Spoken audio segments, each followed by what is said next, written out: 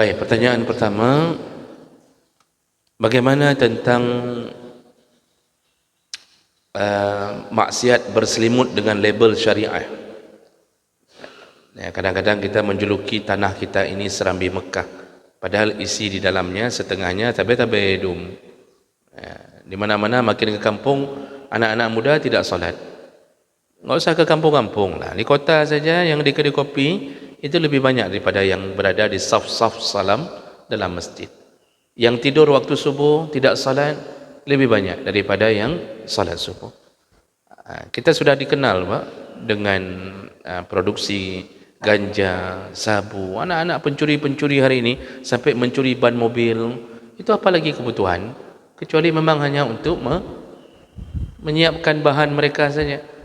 Tapi kita masih terus berbangga-bangga, ini Serambi Mekah, ini maksiat jalan laju. Maka semua orang yang mengatakan dirinya dalam tanda kutip bersyariat padahal di dalamnya tidak, maka dia telah terjatuh ke dalam kemunafikan. Dan munafik itu Pak, dosanya itu mencapai dosa seperti orang kafir. Kalau dia munafik akidah, dia kekal dalam neraka. Kalau munafik dalam amalan, maka dia masuk neraka, walaupun nanti Allah izinkan dia untuk kembali ke surga, tapi nikmati dulu neraka. Itu munafik.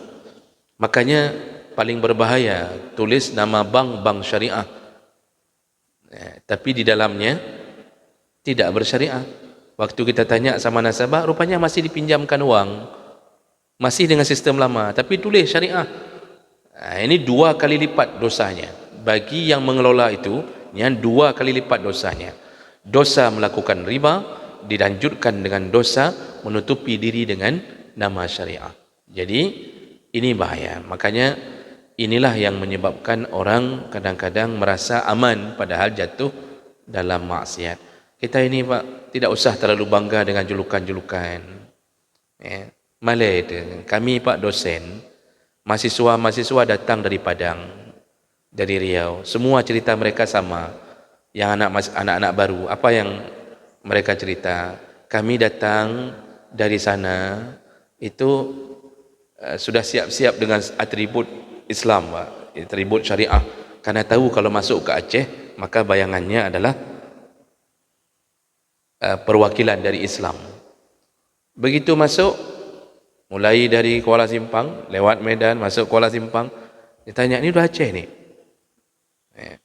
Masuk ke Tamiang, terus dari terus Langsa seterusnya, ini udah Aceh nih. Mereka masih ragu, ini udah Aceh. Kok pakai baju ketat masih ada, misalnya begitu. Masih ada yang buka-buka jilbab. Kalau sebelah sana masih banyak lah. Masuk ke sini sudah mulai berjilbab. Tetapi kok pakai celana ketat, celana jin. Lihat orang pacaran, lihat orang begini dan begitu. Masuk di dalam kuliah, 1 semester mereka sudah tahu siapa kita.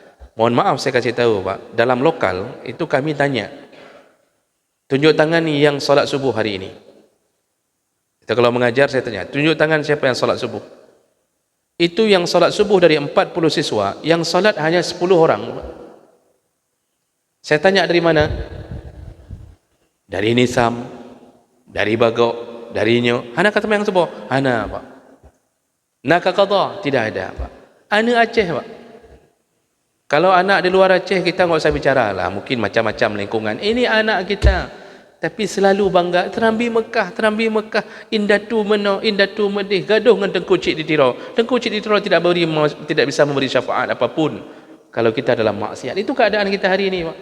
Jadi aneh katanya. Sang-sang nenek moyang bisa menyelamatkan kita dari neraka. Nah, makanya ini tipuan-tipuan. Enggak usah terlalu bangga dengan label-label itu. Jaga anak, qu anfusakum wa ahlikum nara. Jaga diri, jaga keluarga. Dan itu dosa besar. Itu ada kemunafikan di dalamnya. Pertanyaan berikutnya, diberi bantuan oleh pemerintah, tapi dalam bentuk pinjaman yang harus dibayar. Begitu Pak ya. Bayarnya bayar lebih lagi. Dikasih bantuan, macam-macam di kampung dikasih bantuan. Itu riba. Memberi pinjaman kemudian ditarik lebih, itu riba. Yang dosa pemerintah yang mengelolanya, juga orang yang mengambil bantuan itu sudah tahu itu jatuh ke dalam riba. Pinjamkan 2 juta, disuruh bayar sekitar 3 juta dengan rentan waktu yang panjang, artinya boleh bayar 3 tahun, 4 tahun, tapi waktu ada kumpul melebihi daripada jumlah pinjaman, itu riba. Lebih bagus jangan ambil, Pak. Kita buka usaha hancur, karena orang pemakan riba tetap yamhaq, tetap hancur ya. Jadi enggak bermanfaat apapun. Bagus pinjam saja sama saudara. Yang jadi masalah, saudara tidak ada yang meminjamkan satu pun, itu jadi masalah baru juga. Nah, jadi intinya kalau bisa hidup tanpa bantuan seperti itu, hiduplah. Karena itu memang masuk dalam kategori riba, meminjamkan dengan meminta manfaat di atas pinjaman itu. Nah, jadi ini salah satu kemirisnya hidup kita hari ini. Sudah miskin, diberi bantuan, rupanya jatuh ke dalam dunia riba. Nah, jadi lebih bagus jangan terima. Yang terakhir, apa tadi yang terakhir, Pak? Meminjam riba seperti yang contoh jalan sekarang ini, tetapi tidak membayar itu. Sudah pinjam tapi tidak bayar. Yang wajib dibayar adalah pokoknya saja. Misal ada yang pinjam-pinjamkan tu di pasar Impres banyak rentenir-rentenir, Pak. Dan enggak ada yang cegah, heran saya. Enggak ada yang cegah, cukup le rentenir kan. Nah, itu pedagang cabai, pedagang ini, itu pinjam uang dengan cara riba, Pak. Dipinjamkan berapa perlu? 2 juta. Nanti datang setiap hari, Pak, diminta dihitung lebih daripada 2 juta. Waktu dihitung-hitung, itu rentenir, itu riba semua. Nah, sekarang kita dipinjam. Kita enggak bayar. Dosa kalau tidak bayar pada pokoknya. Berapa pokoknya yang dipinjamkan? 2 juta. Di situ wajib bayar, karena itu tetap dianggap hutang. Tetapi tidak berdosa kalau tidak bayar bunganya. Ya, jadi nggak usah bayar bunga, Pak. Habis bayar pokok, Bapak pindahkan lapak, lari. Atau Bapak jangan jualan cabai lagi. Jualan bawah salak. Jadi waktu dia lewat kan, dia ragu-ragu kan, ini kan orang yang minjam hari itu, kok dah mirip bawah salak, misalnya gitu kan. Jadi enggak dosa lagi ketika tidak membayar bunganya. Maka boleh lari tidak? Boleh. Kenapa begitu? Karena itu memang maksiat dari awal. Cuma resikonya ya dikejar. Itu saja resikonya. Ilit kena, yang kenyang tak kayak Bapak. Maaf Ustaz, bagaimana dengan perjanjian tersebut Ustaz? Perjanjian di atas maksiat adalah perjanjian yang batal. Ya, perjanjian di atas maksiat batil. Ya, tidak dianggap dalam agama. Maka melakukan perjanjian riba itu perjanjian yang batil. Dari awal sudah berdosa. Ya, itu sama seperti kita berjanji untuk berzina. Ini berzina ya, suka sama suka ya. Pokoknya jangan buat masalah ya. Apakah itu menyebabkan halal perbuatan itu? Tidak, tetap batil.